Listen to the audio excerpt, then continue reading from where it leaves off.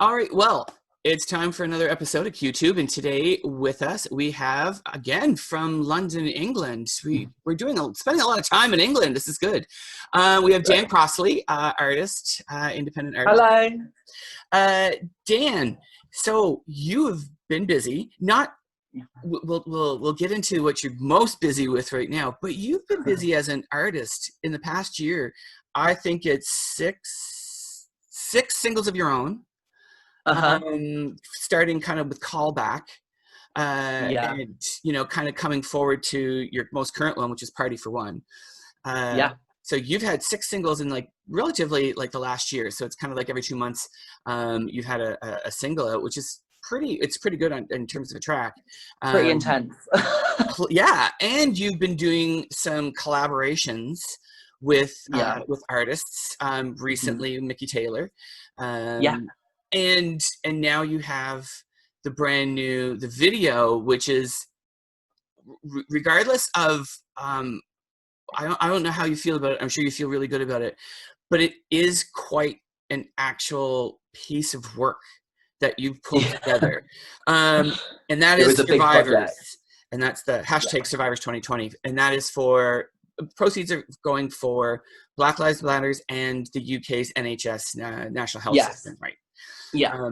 So we'll backtrack, but we'll jump into the most recent thing, which is the video. 25 independent artists? 25, 26. I always lose count. Then I like count myself sometimes, and but yeah, around 25. And you wrote the song. Yeah. Yeah. And just found these artists that obviously that you had connections with to record this song with you. Tell us about it. How did all of this transpire? Where did the song come from? First of all, the song is fantastic, and it really reminds me of the days when we had USA for Africa and Band-Aid and I kind of wanted that vibe. I wanted that vibe. So that's you nailed it. You nailed it completely. So yeah, sorry. Tell us all about it. Okay, so Survivors came about. It wasn't actually fully written.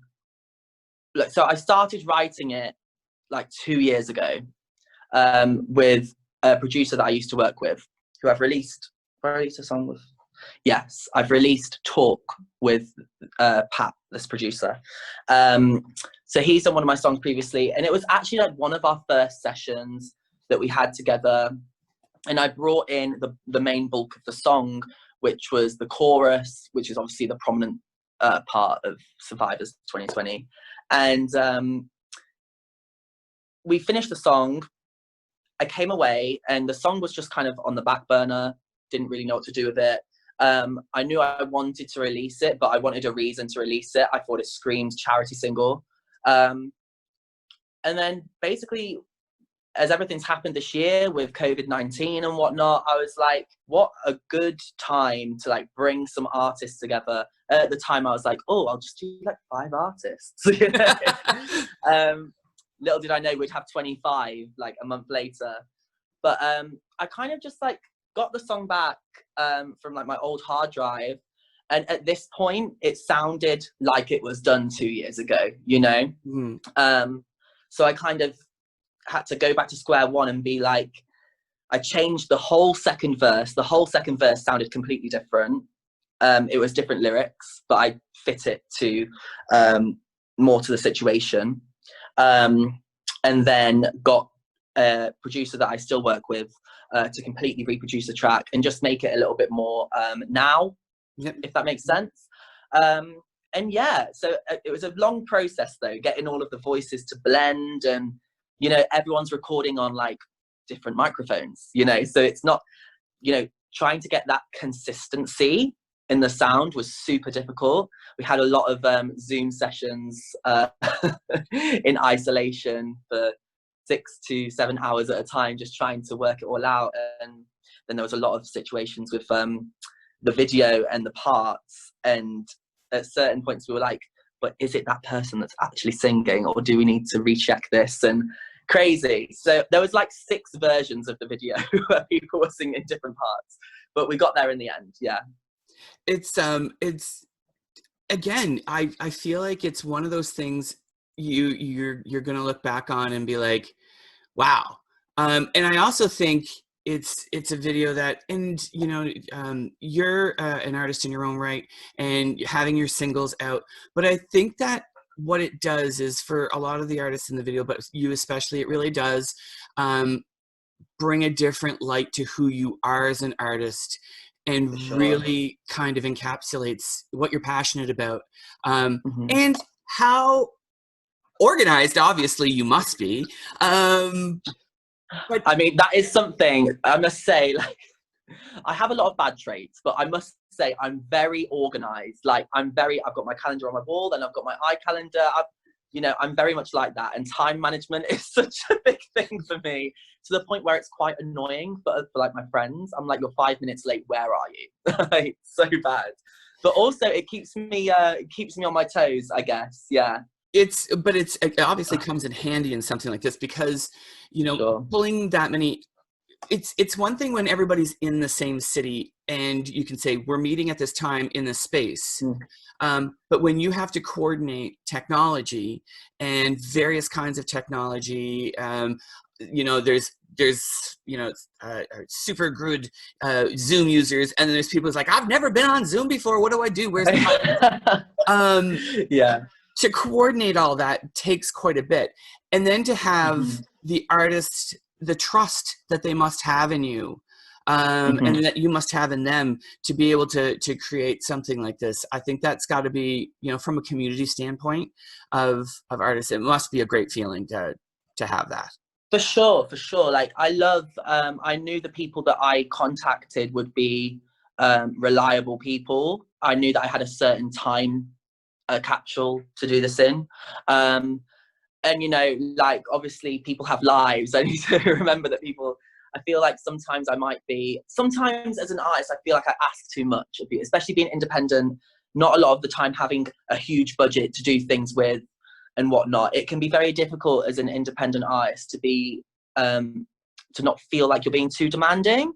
But I think it all comes from a good place with me. I'm very passionate, and especially with something like Black Lives Matter, which is a movement that I absolutely adore and mention every day to everyone. And with everything recent with the NHS and COVID-19, and my mum as well works for the NHS. So it was just something that both causes were so close to my heart. And I feel like just bringing these artists together just had like a massive impact on the song. And when everyone's voices blended together in the end, and it just sounded, I listened to the finished mix and I was like, yo, this is crazy. Like, it was just such a beautiful moment, The chorus really becomes like a choir. And what's really magical, not to sound hokey, but really it does carry such a weight and a presence with it, is because we are talking about issues of people's health and respect and safety. So that kind of choir sound that comes in there, that, almost church sound, not that, you don't have to be a religious person to really understand people coming together. Yeah, absolutely. It's a universal feeling. Yeah. Absolutely. And speaking of Black Lives Matter, so I'm in Canada, you're in the UK, you're in London. We see a lot of what's happening, and I mean, everybody sees everything that's happening online. And we see what has been going on in the United States. We've had our own marches and protests, and here in Canada, that have gone, quite well. And I'm curious, from your end, how things have been for you and in London, and what you've seen on that end, both the pros and the negatives, I guess. Yeah, for sure. I mean, in London, it's definitely been a very emotional time. I think as a generation, being, 24, like my generation, I feel we get a lot of stick, for being either withdrawn because of the internet, or, sometimes we're so connected that we're disconnected. And I feel like what's been happening has really shone a light on how amazing this generation actually is, and coming together. You know, I went to the 3 official BLM protests one day after the other, which was super intense, but one of the most beautiful things I think I've seen in my lifetime. You know, people coming together. There was people there. I saw a couple of, like, you know, really old people, which was beautiful. And then I also saw, you know, kids there. And it was, you know, the majority of the London protests were so peaceful and beautiful. And, you know, there was a moment I was on Westminster Bridge marching through, and a car pulled up and just started blaring, like, "Where is the Love" by, like, the old school Black Eyed Peas. Like, just such a beautiful moment throughout the day, which I will take with me forever. And it was just so nice to see everyone come together, whether you be black, white, gay, straight, whatever. Everyone was just in it together, and everything I saw was so beautiful and passionate. And I think that's something that our generation doesn't get enough credit for. You know, obviously on the news, and this is what's frustrating, as someone that is so passionate about, you know, peace and just everyone getting along and appreciating each other and appreciating cultures. It's very frustrating when the only thing from those days that the news would cover is 1 or 2 negative incidents that happened on that day. So naturally, everyone from up north of this country looks at the news and is like, "Oh, it was terrible. I had my mom ringing me. I hope you're safe." And I was like, "I'm absolutely fine." You know, it's again that, you know, the news being racist. It's racism in media, which is still happening, obviously. But yeah, that's my stance on it. I think it was amazing, and so nice to see everyone come together for a cause that should have been sorted out a long time ago.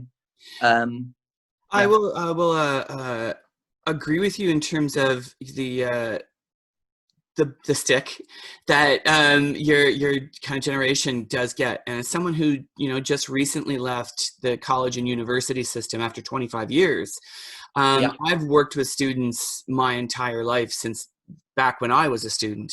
And there is definitely, I mean, yes, you do see people are very connected to their phones, and maybe their social ability isn't the same way as ours was, because we didn't have the internet, we didn't have phones. For sure. But when, you know, not to mince words, but when shit goes down, they come out. And I think that is the difference. And I think that it's like, okay, there's a disconnection happening, sure, you know, at times. But when something that they're passionate about is happening, they come out for it. They rise up for it. And we're seeing it now. We've seen it on campuses for years. And what we're now doing is we're seeing it in the streets. And they're bringing their people with them. And it's important. You know, as to, and, you know, just talking Black Lives Matters, and as, you know, one white man to another white man, and we know, and, you know, at various times, we probably have been very frustrated ourselves. That has silenced us or made us apathetic. And, you know, the time for that has passed. The time for that has passed eons ago. But now, right in this moment, there is no denying that you have to look inward, and you have to see what it is, you know, in your own personal life that you can change, that moves things forward, what you can do in your practice that you can change to move things forward. And I think there's a lot of reflection there, and inner kind of. Definitely. Admitting to yourself as well. Yes. Just a lot of self-admitting, and like you said, reflection. I just think it's so important, especially as white people, to speak up. If you just have a conversation, you're doing your part. Have more conversations than you usually have about it. You know, it's helping. You know, one by one, it's working. It will get there. You know, we've got to come together as a generation and talk about it and speak up. And educate yourself. Read. Ask questions. You know, to those who are more informed. Do the research, and understand the issues, understand where they come from. Don't just sideline things and, you know, put it in a box and say, oh, it's just because, and don't It's be just because, blasé about it. yeah, It's for not a sure. blasé topic. Mhm.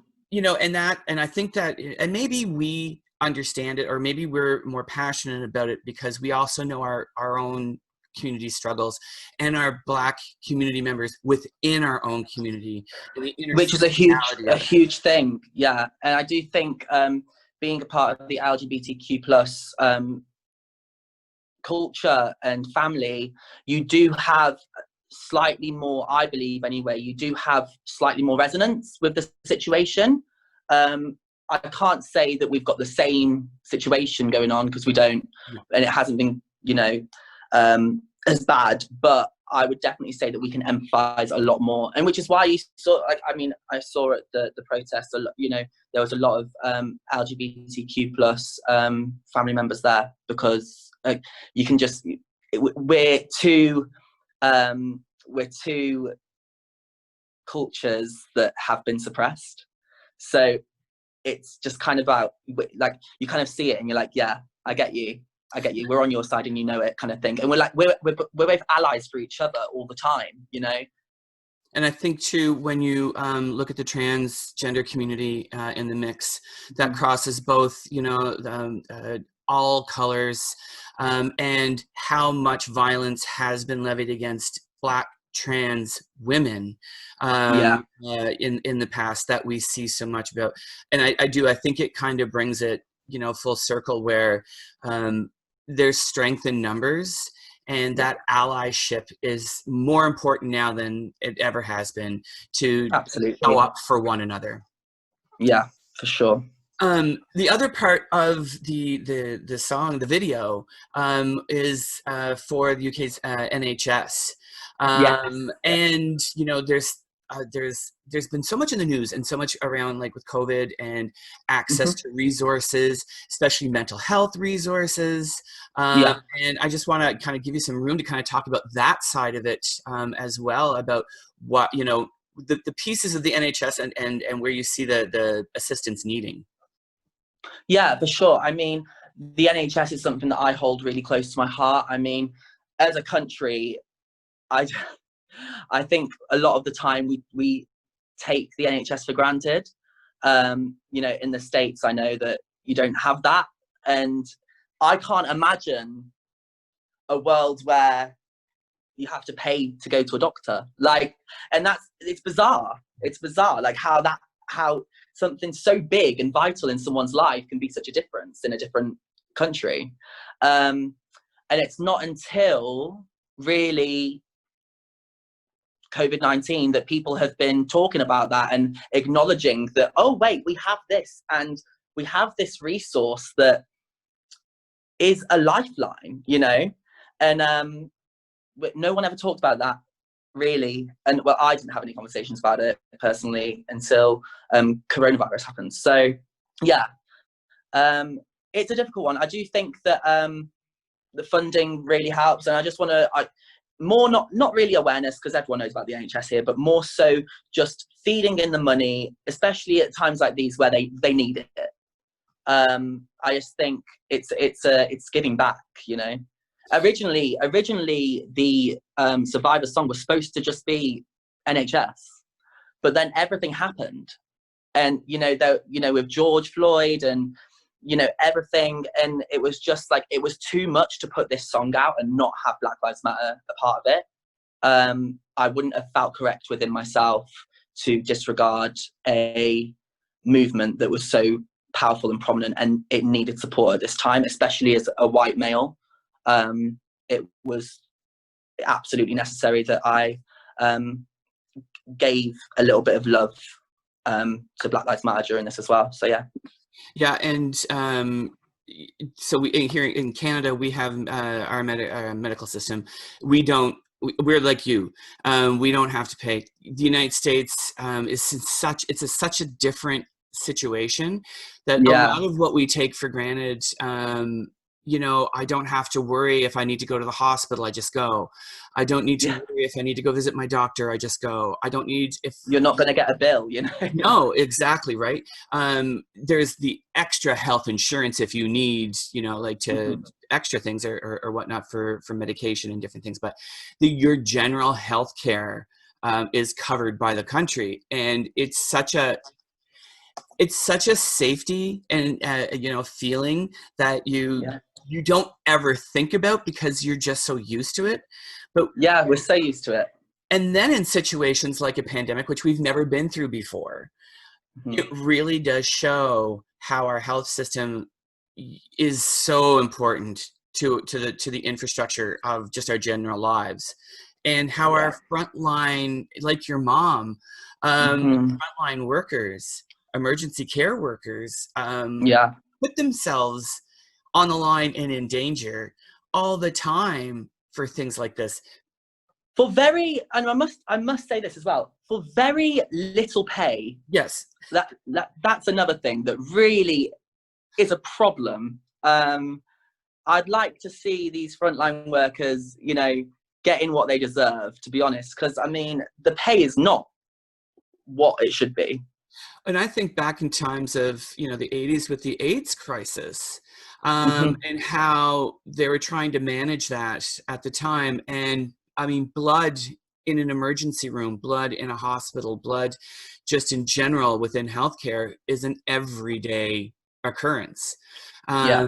And it's, you know, COVID is not blood, but it is transferable, and Yeah. they're in there, and you know, nobody wants to see their family, their friends, their parents, you know, sons, daughters, whatever, in harm's way, and they take every bit of precaution, but they are essentially putting themselves on the line.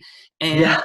a lot of the times it is, you're right, for little pay and acknowledgement and recognition. Yeah. And yeah, we have to rethink how we value a lot of our just our standard people who are out there and Yeah. what they're doing and what they're giving back.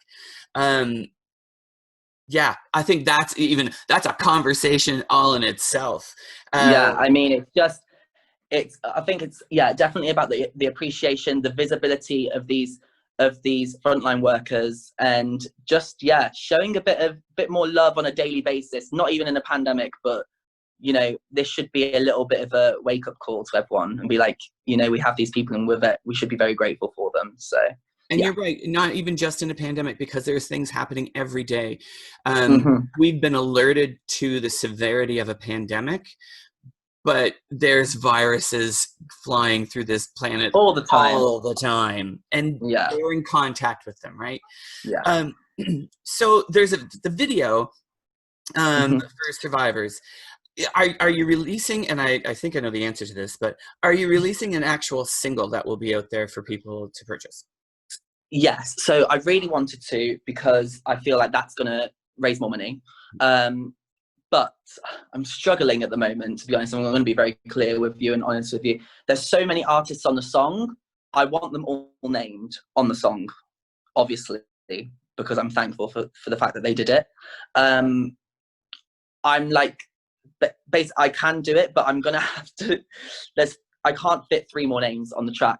And it's just, I'm in a situation now where I'm like, you know, it's ready to be released. Everything's there, ready. The artwork, everything's done. But yeah, it's a conversation I need to have with someone at Spotify or something. I don't know. But I do want it to be released pretty soon. It's just about, I need all of the names on it, or I just don't know what to do. So if you have any suggestions, please let me know. It's interesting because like Spotify was, and whether it's Spotify or SoundCloud or whatever, was created outside the understanding or expectation of how you can have multiple artists coming together for something like this. You know, Yeah.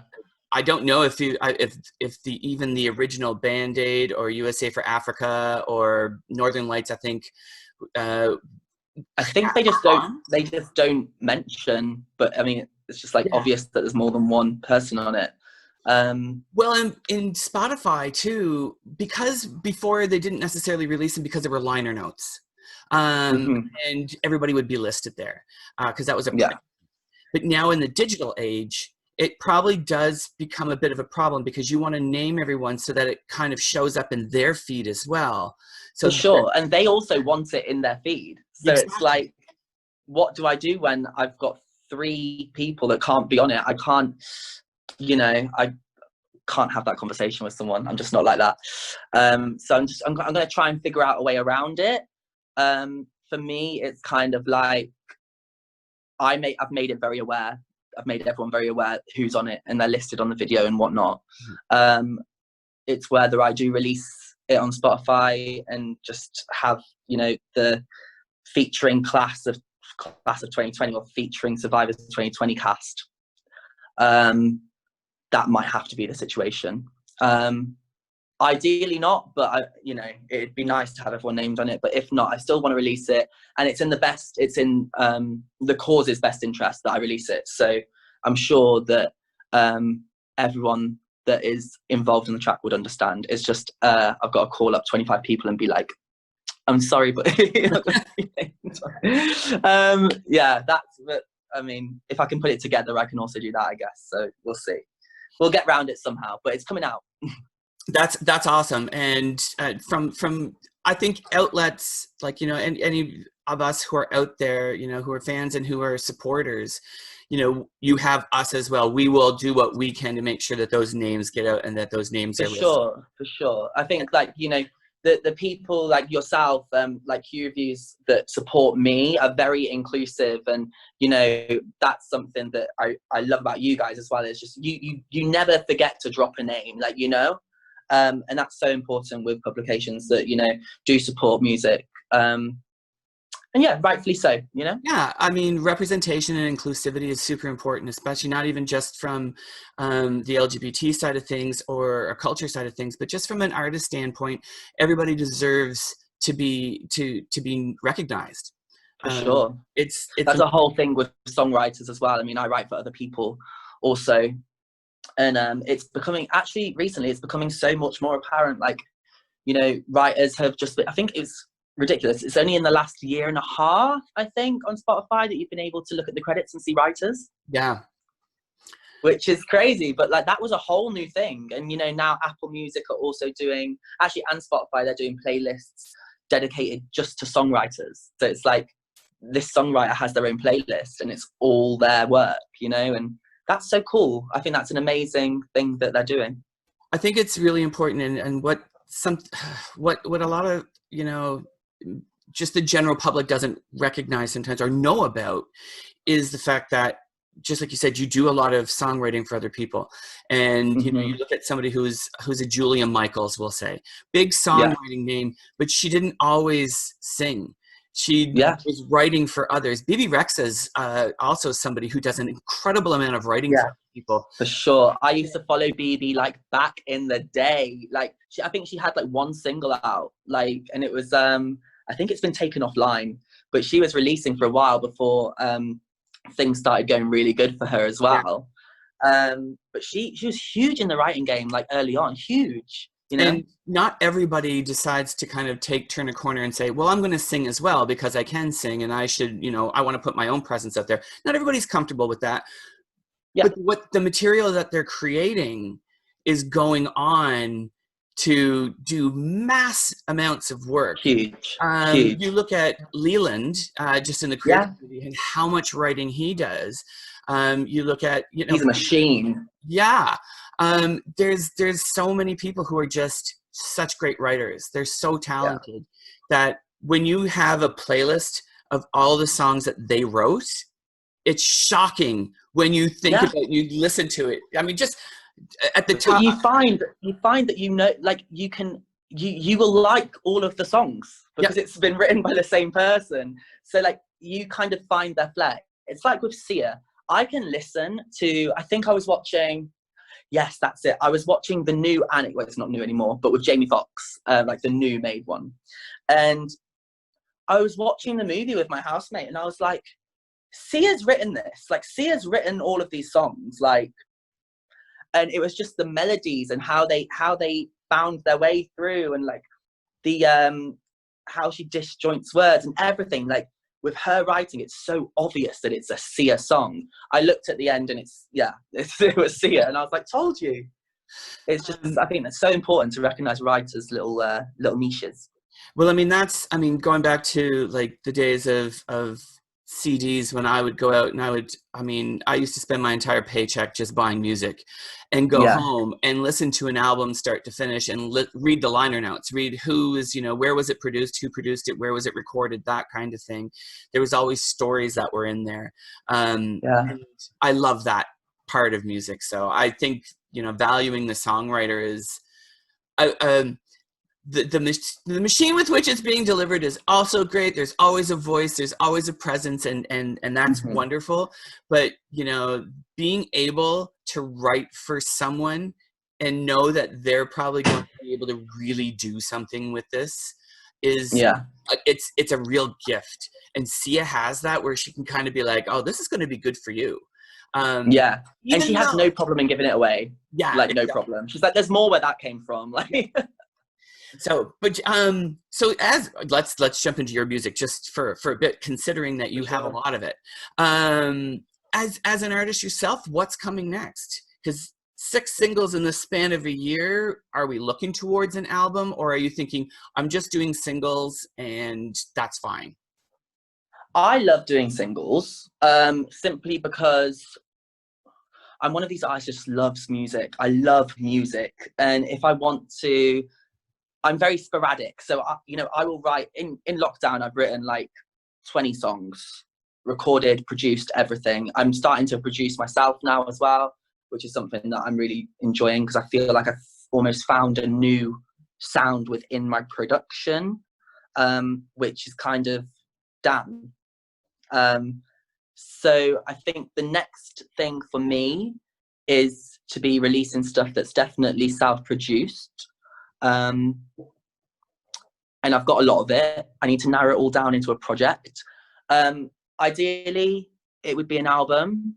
I do have enough for an album. I like to kind of pick songs out, and I'd rather write 50 songs and narrow it down to 8, because I know they're going to be good. Look, I'm very transparent. Like, I can write some awful songs. Like, I think it's good at the time. I listen back the next day and I'm like, oh, what were you thinking? But if you write a good 50, that's what I've always said, and narrow it down to 8, it's got to be good, Yeah. So yeah, that's what's next. I have no plan around it right now. The music's there. It sounds cohesive. The reason it sounds cohesive is because I've touched it on production as well, which is what I wanted for this next project. The sound's there. It's a project, for sure. I just need to pick. I need to get rid of some songs, basically. I would love to release like some more singles and stuff. And I think what I will do is give every single song its own little moment. So I'm going to figure out a strategy on how I can do that. Whether it be, put single B-side, and then just put it all out into a little project and then it's done. But that way every song's had its little moment. I always get scared of releasing albums and songs getting lost. Yeah. For sure. I'm enjoying the EP resurgence that's happening, the shorter collection. And I think that in that, you don't lose, when you have a 14-song album, it does kind of happen where some of the middle songs or towards the end, people maybe don't pay as much attention to. But when you have a 5-song EP, 6-song EP, you're more apt to pay attention to everything, because it's less of a commitment in one sitting, I guess. Yeah, definitely. I think it will end up just being a slightly longer EP, to be honest. I think albums have a lot of pressure on them as well. I'm not like that as an artist. If I like something for now, it's like Closure. Closure was, for me, my first EP release, and it was a moment, and I can go back to that. My sound isn't Closure anymore. That's not Dan anymore. But when it was released, that was Dan, So it's nice to have like a little pocket of sound that I can be like, oh, that was then, and look what I've grown to now. I'm always about progression, and I don't I mean, it will always be pop hooks for me, pop music. I love pop music, but you know, Closure had a little flavor of R&B in there, for sure. It was laced with R&B melodies and production, whereas like the newer stuff is definitely more pop music, very hooky, very synth based, whereas the other one was very guitar based, you know. Well, I mean, It's and just as an about artist, juggling too, you know, you have different sides to yourself, and there's different things that stories you want to tell, and different moments that you go through that are gonna in different ways, in you different know. ways. Like, Yeah. I think people can get so bogged down with like, oh, I can't do that because I've released that now, and that means, you know, might just be too much of a change. Like, look at people, I mean, like Gaga, like, come on, like, you can have a country album and then Chromatica, like, woo, good. You'd think it's a different artist. But I feel like as well with singers in general, like, you know, singer-songwriters, that really their thing is their voice. Their voice ties it all together. So whichever, they can fluctuate with, play with different sounds and whatnot, but it's always going to be their voice, which is something that I hope that I have. I would say you Yeah. do. Absolutely, I would say you do. I think that you have, I think what's great about your voice is that it kind of blends the softness and boldness quite nicely, where you can go in a number of different ways. Because when you have those vulnerable moments on a song that, you know, you've had, especially, you know, in Heal, I would say, you have those vulnerable moments with your voice that, you know, where you can kind of go lower, and you can go hard, like sharper, I guess, like a little bit more with the falsetto. Yeah. But then you have moments where you can actually, you know, bring out the boldness of your voice, and it's a different texture altogether, that you have a lot of range, I guess, and a lot of texture within your voice to play with. I think it's kind of like a blessing and a curse. Like, you know, I love the fact that I can sing. I love that about me as an artist. I love the fact that I know how to bow and I can sing. But being able to have all of this leeway with your voice, kind of, you are kind of like, which way do I go? And it's kind of like when you've got a broad palette, it's like, you can't release a project that's here then there. It needs to be, for me anyway, I have to have a project that is cohesive. It should sound like it's been done in the same room, kind of thing. It's what I like about kind of like the Back to Black album by Amy Winehouse, let's say. Like, it wasn't done in one room, but you can almost imagine just sitting there and it being performed to you in the same setting. And that's what I like about projects. So Closure was that. The next project, I've released little singles here and there in between, but the next project will be a cohesive piece of work and a timestamp of Dan, you know? I think that's really cool. I think it's a really good way to look at it. Yeah. With Survivors, and because Black Lives Matters is attached to it, and the NHS, I'm curious about your world and where you may go next in terms of activism or advocacy like that. As an advocate myself for various different things, it gets me really excited when I can almost imagine things that you could do. But I'm curious with yourself in terms of whether it's with the LGBT community or anything like that, if you're looking at other ways to bring advocacy into your work. For sure. I'm always looking, always wanting to use my platform to, you know, raise awareness. If I'm passionate about it, I'm going to raise awareness about it.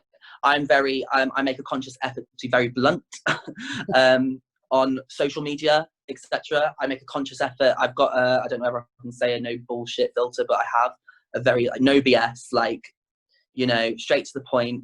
And I think, you know, that in itself is raising awareness and being an advocate. But I do, moving forward, I will be being a part of a lot more campaigns. I've just done a campaign with Hugo Boss for Pride and Black Lives Matter. Oh, that's awesome. Which was amazing. Yeah. So that was a really, really fun and amazing, well shot a brand partnership that I've just recently done. Literally filmed it the other day.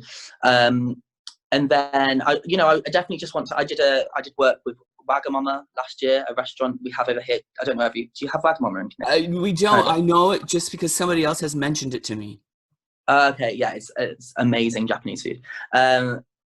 And I did a big job with them last year where it was, thinking of ways, like basically we got them to have gender neutral toilets and, stuff like that. Yeah, like I just love being a part of these situations where I'm like, now I go into Wagmans, I'm like, yes, we helped that happen, Woo!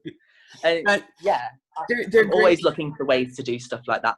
They're great moments to have in your history, right? In your life that you can kind of look back at, because you're going to have those moments where it's like, things didn't go the way that I want to with this here project or whatnot. But you can look back at those moments and feel good about them, and hopefully they get you through those times where things aren't necessarily going according to plan.